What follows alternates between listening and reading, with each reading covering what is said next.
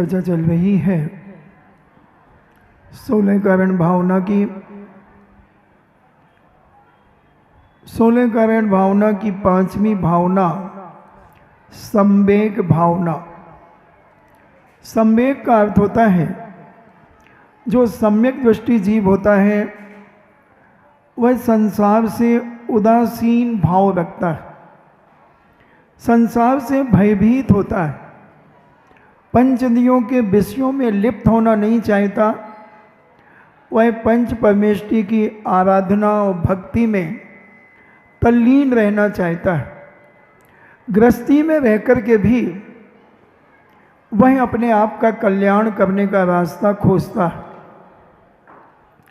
और जो मिथ्या दृष्टि है वह धर्म से भयभीत होता है। मिथ्या दृष्टि जीव साधु से भयभीत होता है कि साधु के पास अगर हम जाएंगे तो अभी हमें साधु कोई ना कोई चीज़ का त्याग कराएगा या ऐसा कोई उपदेश देगा कि जो तो उपदेश के कारण हमारा मन उस पाप को छोड़ने के लिए तैयार हो जाएगा। इसलिए मिथ्या दृष्टि सदा राग रंग में पंच परमेष्टि के अभाव से रहित, उनसे रहित होकर वह 5 पापों में लिप्त होना चाहता है। हिंसा को धर्म मानता है, झूठ को धर्म मानता है, चोरी को धर्म मानता है, कुशील को धर्म मानता है और परिग्रह के अंबार को अपनी ख्याति चाहता है। ऐसा मिथ्या दृष्टि का भाव होता है। मगर जो सम्यक दृष्टि जीव होता है उसके अंदर सदा संवेग भाव बना रहता है।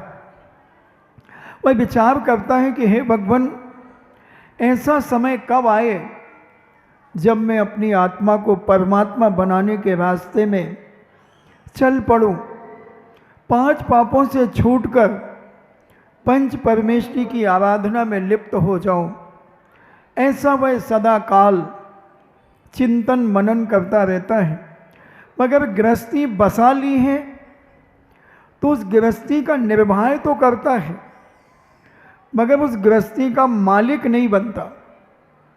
अहंकार में नहीं आता कि मैं घर को चला रहा हूं, मेरे बिना घर अपाहिज हो जाएगा, अगर मैं नहीं होता तो। ये मिथ्या दृष्टि कर सकता है। सम्यक दृष्टि कहता है मेरा कर्तव्य है, मैंने घर को बसाया है, गृहस्थी बसाई है,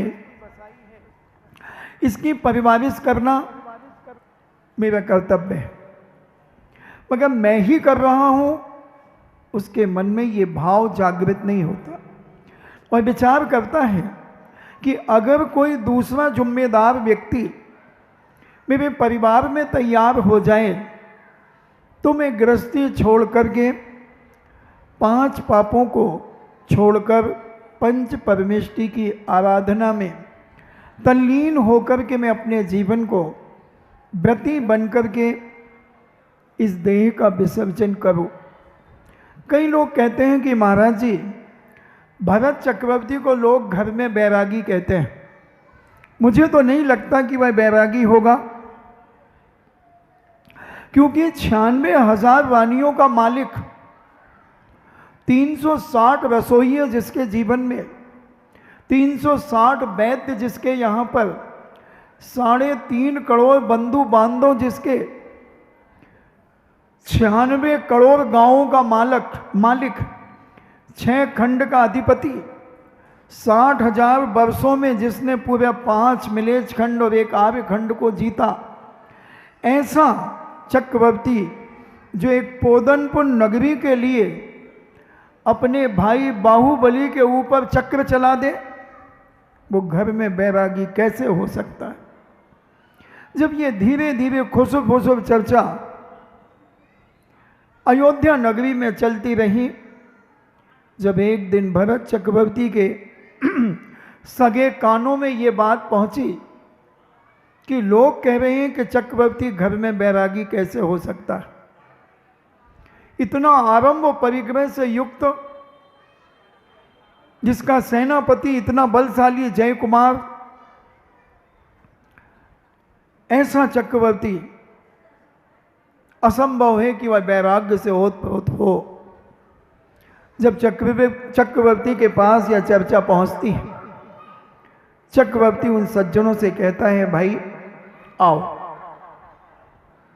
आओ, और अपने सेवकों से कहता है, इन सबके हाथ में तेल से भरे हुए लबालब 2 कटोरे दान दे दो। और 100-200 लोगों के हाथ में वो कटोरे दान दे दिए जाते हैं। और कहा जाता है, मेरी 96,000 रानियां हैं, एक एक रानी का महल है, और मेरा भी 81 खंड का महल, ये तुम घूम करके आओ। और ध्यान रखना, अगर इस तेल की एक बूंद भी अगर नीचे गिर गई तो तुम्हारी गर्दन नीचे उतार दी जाएगी। वो कहते हैं, ठीक है, हम ये जानना चाहते हैं कि तुम घर में रह करके बैरागी कैसे रहते हो। चक्रवर्ती ने कहा कि जाओ, ये लेकर के जाओ। पहली मेरी पटरानी सुभद्रा का राजमहल देखो। और वह तेल के पात्र, तेल के कटोरे लेकर के चल रहे हैं, और दोनों तरफ एक एक तलवार को लेकर के एक एक सेना। भाई बातें न करो, अभी आपका प्रवचन कराएंगे हम थोड़ी देर के बाद। और वह तलवार लेकर के चल रहे हैं सेनापति, और तेल लेकर के, तेल से भरे कटोरे बिल्कुल लबालब। कई बार लोग मुझे भी चैलेंज करते हैं आहारचर्या में, मेरे पात्र को इतना लबालब भर देते हैं, इतना लबालब, बिल्कुल किनार तक लेवल आ जाता है, और फिर कहते हैं, महाराज अब पियो, एक बूंद पानी नहीं गिरना चाहिए। तो मैं भी आदिनाथ का वंशज हूं, और आदिनाथ के वंशज भरत चक्रवर्ती भी थे, तो मैं उनकी चुनौती स्वीकार कर लेता हूं, और पात्र को यूं नहीं पकड़ता, यूं हाथों से पकड़ लेता हूं, और एक बूंद पानी नहीं गिराता, और पानी पी लेता हूं। और वह चक्रवर्ती के सैनिक तलवार लेकर के चलते हैं, और जो व्यक्ति यह जानना चाहता है कि चक्रवर्ती घर में बैरागी कैसा है, वह उस महल को देखने के लिए जाता है। मगर उसका लक्ष्य, उसका इंटेंशन महल देखने का नहीं होता, तेल के पात्रों का होता है कि तेल की अगर एक बूंद नीचे गिर गई तो ये सैनिक मेरी तलवार से गर्दन उतार देगा। इसलिए बड़ी सावधानी से चलते हैं, और पात्र को देखते हैं, बैलेंस बना करके चले जाते हैं। कई दिनों के बाद लौट करके आते हैं, क्योंकि एक एक महल देखने में हफ्तों लग जाते हैं। केवल भोजन करने के लिए और शयन करने के लिए पात्रों को रखते हैं, और बाकी हर क्षण पूरे महलों को घूमते हैं। 2-4-6 महीने के बाद जब लौट करके आते हैं, चक्रवर्ती पूछता है, बताओ तुमने कौन सी रानी का महल तुम्हें अच्छा लगा, कौन सी रानी का बैठक रूम अच्छा लगा, कौन सी रानी का बाथरूम अच्छा लगा, क्योंकि उनके बाथरूम सोने के बने हुए थे। कौन सी रानी का स्विमिंग पूल अच्छा लगा तुम्हें, बहुत सारे श्रृंगार के सेट, आभूषण उन स्विमिंग पूल में पड़े हुए हैं। जितना पूरे सागर के लोगों की धन दौलत होगी, इतने वहाँ के झाड़ू लगाने वालों के, बाथरूम साफ करने वालों के पास इतनी धन दौलत होती है। क्यों क्यों होती है? कई बार जैसे तुम्हारे पैरों की पायल गिर जाती है, गिर जाती कि नहीं? कई बार तुम्हारी अंगूठी गिर जाती है, कई बार किसी का बाला गिर जाता है, तो कितना तनाव में आ जाता है। और 10 बार पंडाल ढूंढेगा, कमरों में आएगा, महाराज जी क्षमा करना, महाराज जी हमारा बाला गिर गया, यहाँ मिला क्या किसी को? मैं कहते नहीं, आप यहाँ आई थी क्या? हाँ महाराज जी हम आए थे। महाराज जी बाला गिर गया, सोने का था महाराज जी। हाँ तो भाई यहाँ तो नहीं गिरा, अगर यहाँ गिरा होता तो मिल जाता। पता नहीं महाराज जी कहाँ गिर गया। इसलिए तो मैं कहता हूं कि सोना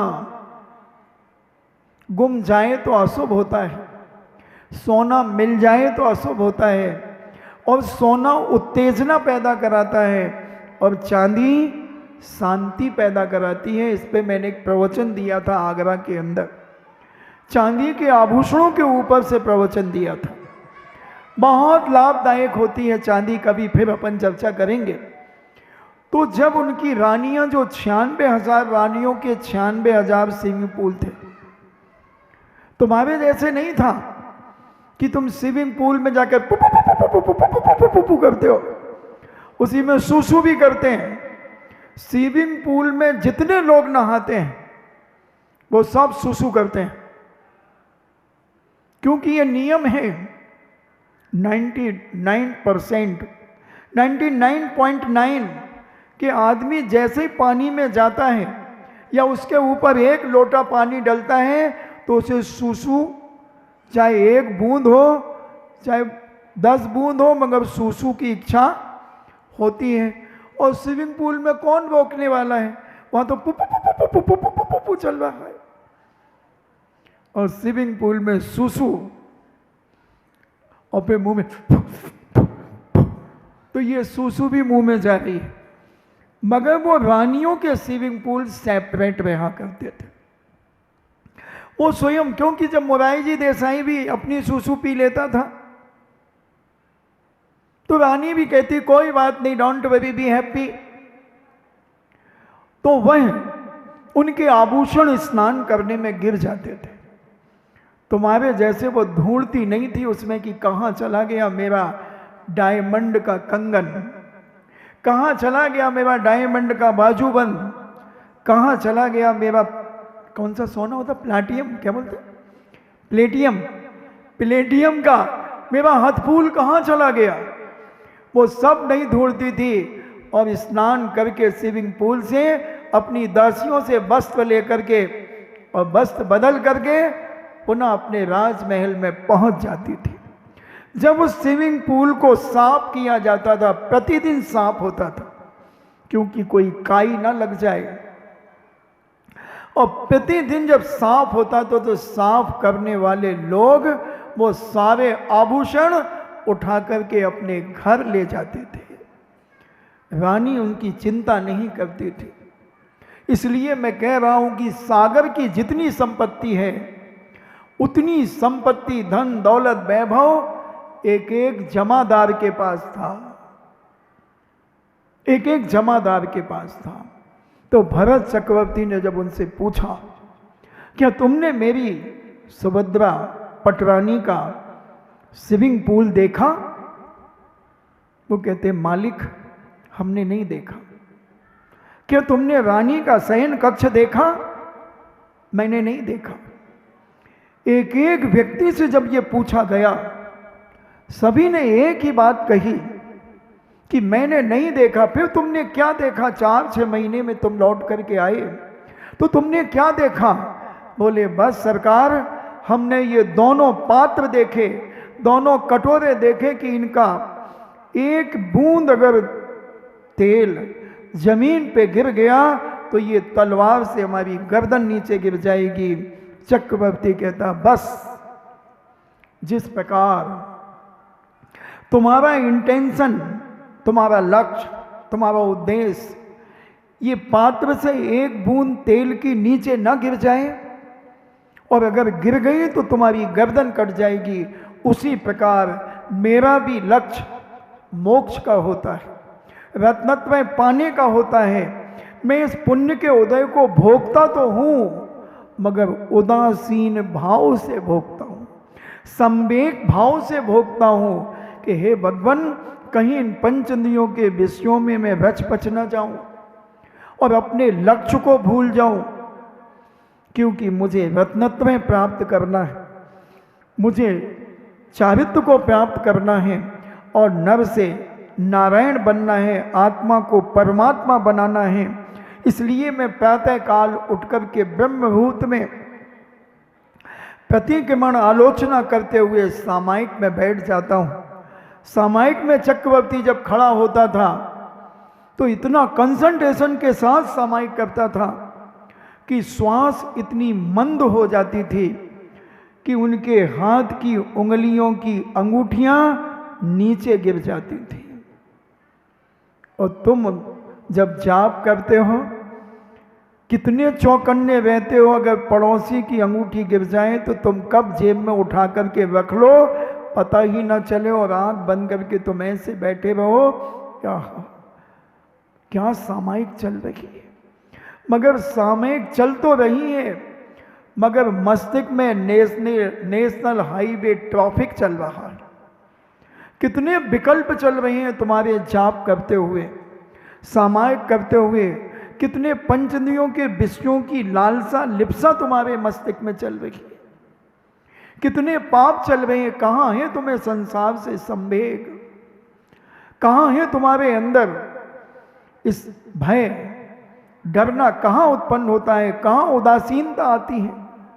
24 घंटे में 1 सेकंड के लिए भी हमें संसार से उदासीनता नहीं आती। बंधुओं, विचार करें, इतना बड़ा चक्रवर्ती पद पाने के बावजूद भी जब पंच इंद्रियों के विषयों से रहित होकर के पंच परमेष्टि की आराधना में इतना तल्लीन होता है, इतना लीन होता है कि उसे पता ही नहीं चलता कि मेरे शरीर के आभूषण नीचे गिर गए हैं। ये कहलाता है घर में रह करके बैरागी, घर में रह करके बैरागी। हम बातें तो बहुत बड़ी बड़ी बैरागी की करते हैं, जब 2-4 लोग मिल जाते हैं बड़ी चर्चाएं करते हैं, मगर कसाएं अंदर उबलती रहती हैं। हम अपने आप को बड़ा सम्यक दृष्टि मानते हैं, मगर जब किसी की निंदा में उतर जाएं तो घंटों लग जाते हैं निंदा करते हुए। हमें डर नहीं लगता कि कहीं हमारा सम्यक दर्शन तो नष्ट नहीं हो गया है। हम 6-6 महीने कसायों में उलझे रहते हैं, क्रोध करते रहते हैं, अहंकार में फंसे रहते हैं, मायाचारी में फंसे रहते हैं, लोभ में फंसे रहते हैं, राग देश कसायों में उलझ करके हम मिथ्या दृष्टियों की हाँ में हाँ मिला करके गलत काम का भी हम समर्थन करते चले जाते हैं और अपने आप को बहुत बड़ा धर्मात्मा मानते हैं कि हम त्यागी व्यक्ति हैं। ये पाखंड है त्यागी व्यक्तियों का। त्यागी व्यक्ति राग देश कसायों से कोसों दूर रहता है। त्यागी व्यक्ति वह होता है बंधुओं, जहाँ कसायों की चर्चाएं चलती हैं वहाँ 1 सेकंड भी नहीं रुकता, मगर हम कितना मज़ा लेते हैं। किसी की बुराई शुरू हो जाए तो हम कितना मज़ा लेते हैं, कितना रस आता है बंधुओं किसी की बुराई सुनने में। पूछो अपने इस बेईमान मन से, इस अपनी अंतरात्मा को झंकोड़ो जरा, करे पापिन तूने कितना पाप कमाया है और अपने आप को धर्मात्मा मान रहा है। बड़ा पूजा करता है, अभिषेक करता है, आहार दान देता है, और जब कसायों में रस लेता है कई घंटे निकल जाते हैं, पता ही नहीं चलता। ऐसे अज्ञानियों का समर्थन करता है, मिथ्या दृष्टियों का समर्थन करता है, द्वेषियों का समर्थन करता है और अपने आप को धर्मात्मा मानता है। महाराज जी समर्थन ही तो किया है, क्या कौन सा पाप कर दिया? तो सुनो, समर्थन करने का पाप क्या होता है वो सुनो। 500 सैनिक एक युद्ध को जीत करके आ रहे थे। ये टेबल हटा दो ना सामने से। 500 सैनिक और एक सेनापति एक बहुत बड़ा युद्ध जीत करके आ रहा था। घनघोर जंगल में से पद विहार करते हुए वो सैनिक आ रहे थे। उसी समय उन सैनिकों ने देखा एक हिरण चौकड़ी मारता हुआ, उछलता हुआ यत्र तत्र विचरण कर रहा है। सेनापति अपने सैनिकों को तिरछी नजर से देखता है और मुस्कुराता है, कहता साथियों देखो ये हिरण कितना उछल रहा है, अब आने दो इसे सामने। और जैसे ही हिरण आता है सेनापति अपने तीर से उस हिरण को निशाना बनाता है और एक निशाने में हिरण को भूल उंटित कर देता है। हिरण छटपटाता हुआ, वेदना से तड़पता हुआ अपने प्राणों को छोड़ देता है। उस दृश्य को देखकर सारे 500 सैनिक तालियां बजाते हैं। वाह क्या तीरंदाज है, क्या निशानेबाज हैं। अगर आप ओलंपिक में जाते तो आप निशानेबाजी में गोल्ड मेडल लेकर के आते। वाह उस्ताद वाह। और हिरण तड़पता हुआ मर गया।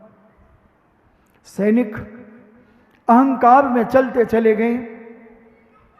एक शिला के ऊपर, स्फटिक मणि की शिला के ऊपर परम वीतरागी संवेग भावना से ओत-प्रोत रहते हुए अपनी आत्मा में, आत्मा के द्वारा आत्मा का चिंतन करते हुए अप्पा अप्पा में रह रहे थे और ऐसे तल्लीन थे, संसार की असारता को जान रहे थे।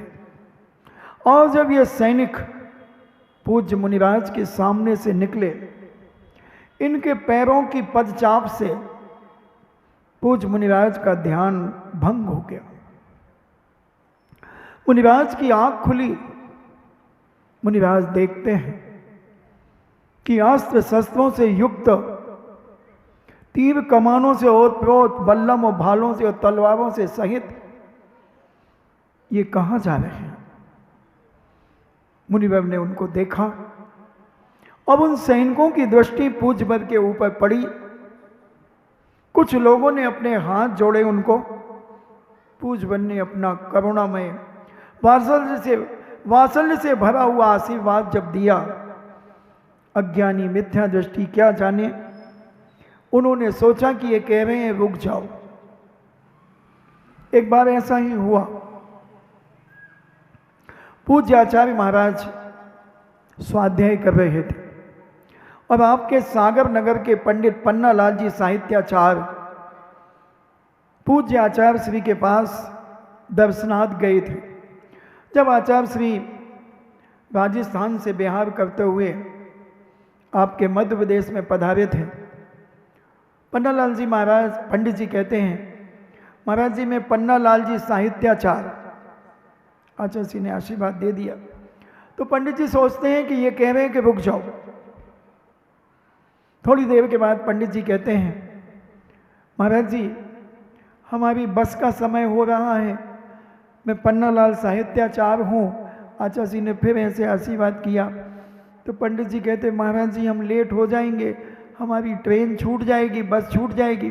तो आचार्य जी कहते मैंने कब आपसे कहा कि आप रुको। बोले आप ऐसा ऐसा कर रहे हो ना।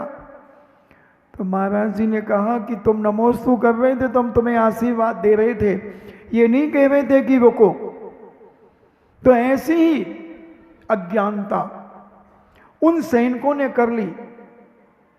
सैनिक सोचे कि ये मुझे रोकने के लिए कह रहे हैं, तो 500 के 500 सैनिक सेनापति सहित पूज्य मुनिराज के इर्द गिर्द बैठ गए।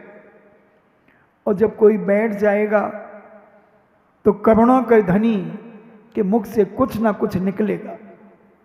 वो जान गए कि ये हिंसा करके आए, ये हिंसक नहीं है मगर ये हिंसा करके आए हैं। क्योंकि सैनिक हिंसक नहीं होता, सैनिक रक्षक होता है।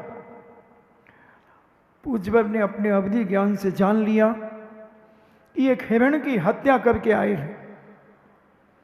तब पूज्यवर ने अहिंसा का उपदेश और ऐसा करुणामय उपदेश दिया कि उन्हें पाप से संवेग उत्पन्न हो गया, करुणा से ओतप्रोत हो गए। संपूर्ण सैनिक दया और करुणा से ओतप्रोत हो गए और अपनी निंदा और गर्ह करने लगे, अहिंसा धर्म के मर्म को समझने लगे और इतना सत्य उनके मन में जागृत हो गया, संसार भीरू हो गए और धर्म के प्रति उनकी आस्था, विश्वास, श्रद्धा, आस्तिक कितना बढ़ गया और उन्होंने सम्यक दर्शन उनकी आत्मा में प्रकट हो गया। और जब सम्यक दर्शन प्रकट हुआ तब उनके अंतरंग परिणामों से निकला दीक्षाम देही, दीक्षाम देही। और 500 सैनिकों सहित सेनापति ने पूज्य मुनिराज के चरणों में समर्पण भाव के साथ दीक्षा का आग्रह कर दिया। पूज्यवन ने उपदेश दिया, वस्त्राभूषण उतारो, शस्त्र उतारो, वस्त्र उतारो और केसलुंज करो। वहीं बालू रेत उठाकर के केसलुंज करना शुरू कर दिया और केसलुंज करने के बाद पूज्य ने 28 मूल गुणों का रोपण कर दिया और मिथ्या दृष्टि जीव सम्यक दर्शन जब प्राप्त कर लेता तो सम्यक ज्ञान उसकी आत्मा में जागृत हो जाता है। चारित्र धारण कर लिया और पूज्य भव से आशीर्वाद लेकर 501 मुनिराज यत्र तत्र विचरण करने के लिए निकल पड़े। जिनेंद्र भगवान की आज्ञा का प्रचार प्रसार करने लगे, अहिंसा धर्म की ध्वजा को फहराने लगे, मिथ्यात का भंजन करते हुए सम्यक मार्ग की ओर प्राणी मात्र के उपदेश देने लगे। चलते चलते 25 वर्ष लगभग हो गए। 25 वर्ष विहार करते, चतुर्मास करते, शीत योग करते, ग्रीष्मकालीन व्यतीत करते और घोर घोर तपस्याएं करते हुए एक नगर में पहुंचते। नगर के सेठ साहूकारों को, राजाओं को, श्रावक श्राविकाओं को, बालक बालिकाओं को जब पता चला कि 500 मुनिराजों का संघ हमारे नगर में प्रवेश कर रहा है, पूरा नगर दुल्हन सा सजा दिया गया, पूरे नगर में बंधन बारे लगा दिए गए, कलश स्थापित कर दिए गए, रंगोलियां लगा दी गई। आनंद विभोर होकर के प्राणी मात्र अपनी अपनी शक्ति को न छुपाता हुआ पूज्यवर की आगवानी के लिए अपने घरों से रत्नों के थाल भर करके ले जाने लगे। कोई सोने का श्रीफल, कोई चांदी का श्रीफल, कोई हीरे मोती जवाहरात माणिक पन्ना मूंगा आदि लेकर के जाने लगे। बच्चे भी अपने हाथ में कुछ ना कुछ लेकर के चल रहे थे, कोई ध्वज लेकर के चल रहा था और नगर के सेठ साहूकार भी राजा के साथ चल रहे थे। पूज्य में विहार करते हुए, 4 हाथ जमीन को देखते हुए, नासा दृष्टि किए हुए पद विहार कर रहे थे। मयूर पिच्छिका सबके हाथ में थी, कमंडल था, विहार कर रहे थे। आगवानी के लिए जब सारे लोग पहुंचे, 2-4 किलोमीटर नगर रह गया था और राजा की दृष्टि जैसे ही मुनिराज के ऊपर पड़ती है, राजा आपे से बाहर हो जाता है और कहता है, इन सारे मुनियों को घानी में पेल दो, सारे मुनिराजों को घानी में पेल दो। मंत्री कहते, राजन क्या कर रही हैं? आपके पिता भी मुनि बने हैं, आपको राजा का पद देकर के गए हैं और उन्होंने भी यही दिगंबरी दीक्षा धारण की है और आपको संकेत देकर के गए थे कि नगर में जब भी मुनिराज का आगमन हो, बड़ी भव्य आगवानी करना, अपने राज घराने में आहारचर्या कराना, और आप इन्हें घानी में पेल रहे हो। राजन, आपका दिल और दिमाग सही तो है? क्या बात कर रहे हैं आप पाप से नहीं डर रहे हैं? आपके अंदर संवेग भाव जागृत नहीं हो रहा है? मंत्रीवर राज आज्ञा का उल्लंघन करना मृत्युदंड है। और राजा पलट गए और पलट करके जाकर कोप गृह में जाकर के विश्राम करने लगा। मंत्री ने 500 मुनियों को घानी में पेल दिया गया। घानी जानते हैं आप? जैसे गन्ने के रस निकालने की जो चरखी होती है, उसी प्रकार तेल निकालने की घानियां हुआ करती थी। और एक एक मुनिराज को उस घानी में डालते चले गए। खून की नदियां बह गई बंधुओं। मगर मुनिराज सम्यक दृष्टि थे, सम्यक भावना से ओतप्रोत थे, संसार शरीर से निर्ममत्व से ओतप्रोत थे और बिना छू चपाट किए अपनी आत्मा में लीन होकर के अपनी देह का विसर्जन कर दिया। मगर दुष्ट राजा जब मंत्री का इंतजार करता है और जब मंत्री पहुंचते हैं, पूछता है क्या तुमने मेरी आज्ञा का उल्लंघन किया? नहीं महाराज, आपकी आज्ञा का उल्लंघन कैसे कर सकता हूं? हमने उन 501 मुनिराजों को घानी में पेल दिया है।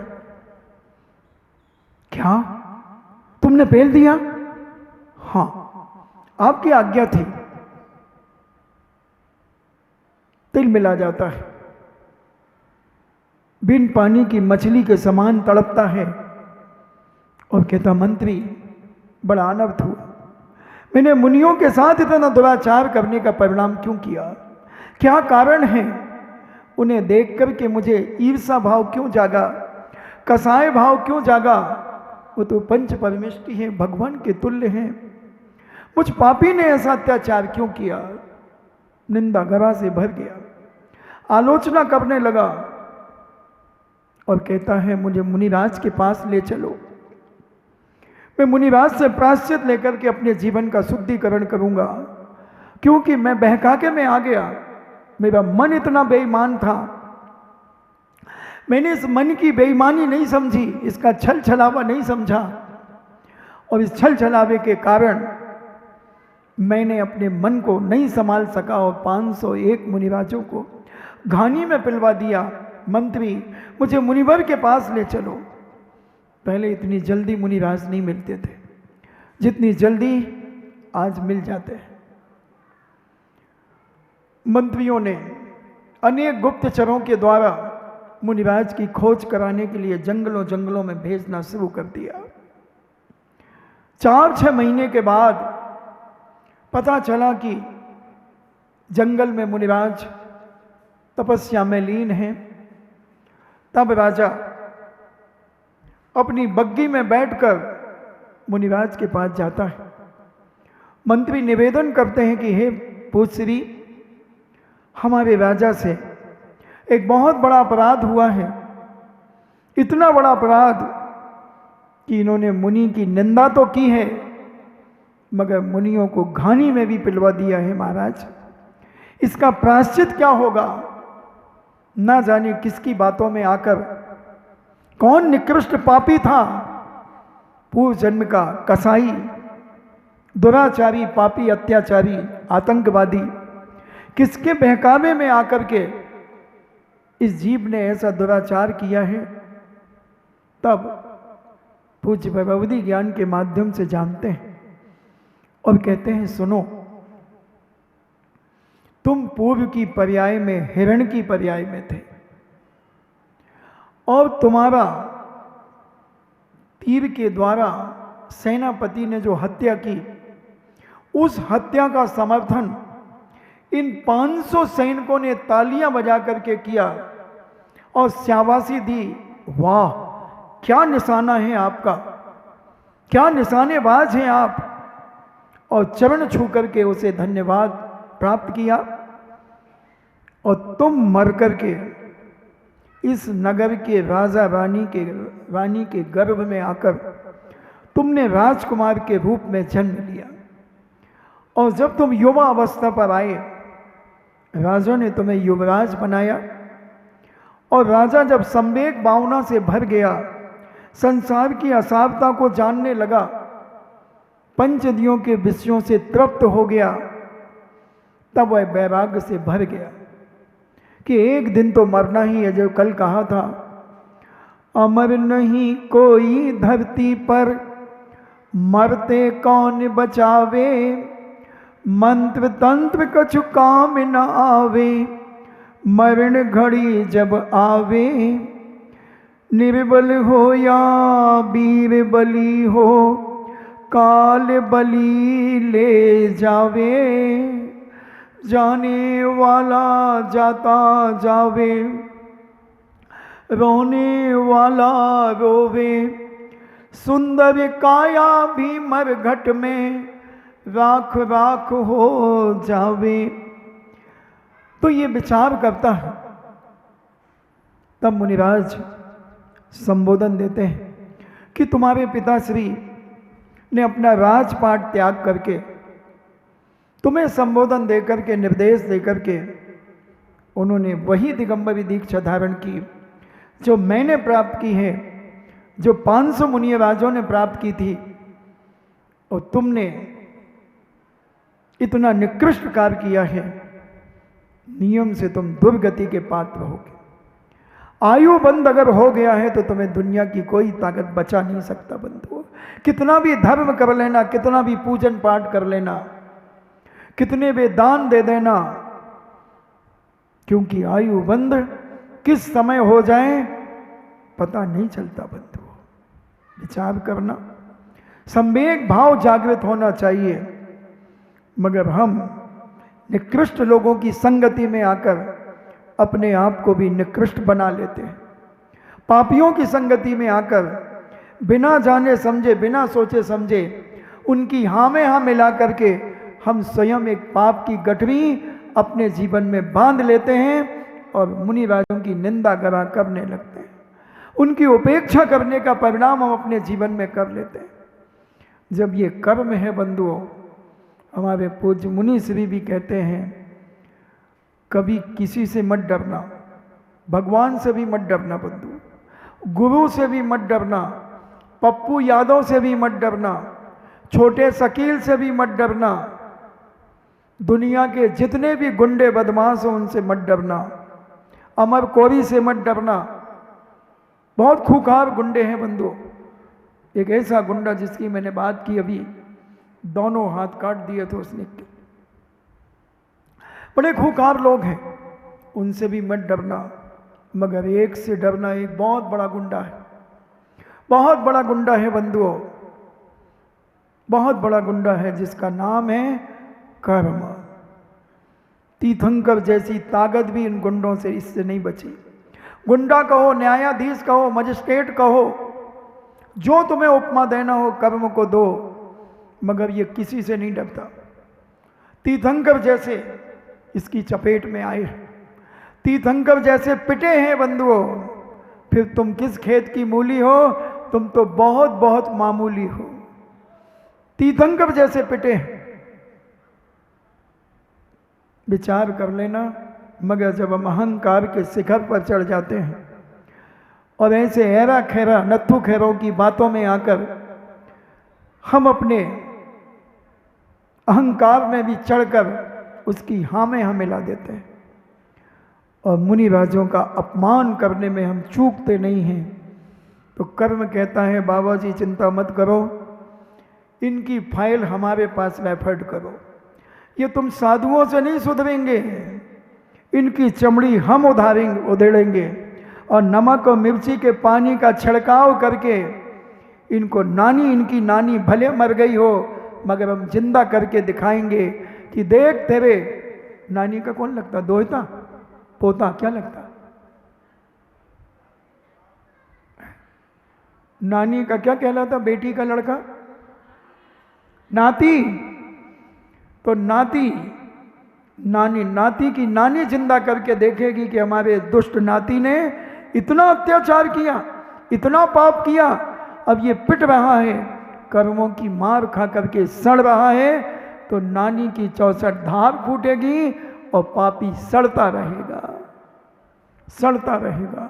तब मुनिराज याद दिलाते हैं, हे राजन, तुमने पूर्व जन्म में हिरण की पर्याय को प्राप्त किया था और ये जो 500 मुनिराज थे, इन मुनिराज में सेनापति ने तुम्हें तीर से मारा था और इन 500 सैनिकों ने उसका अनुमोदना की थी, समर्थन किया था।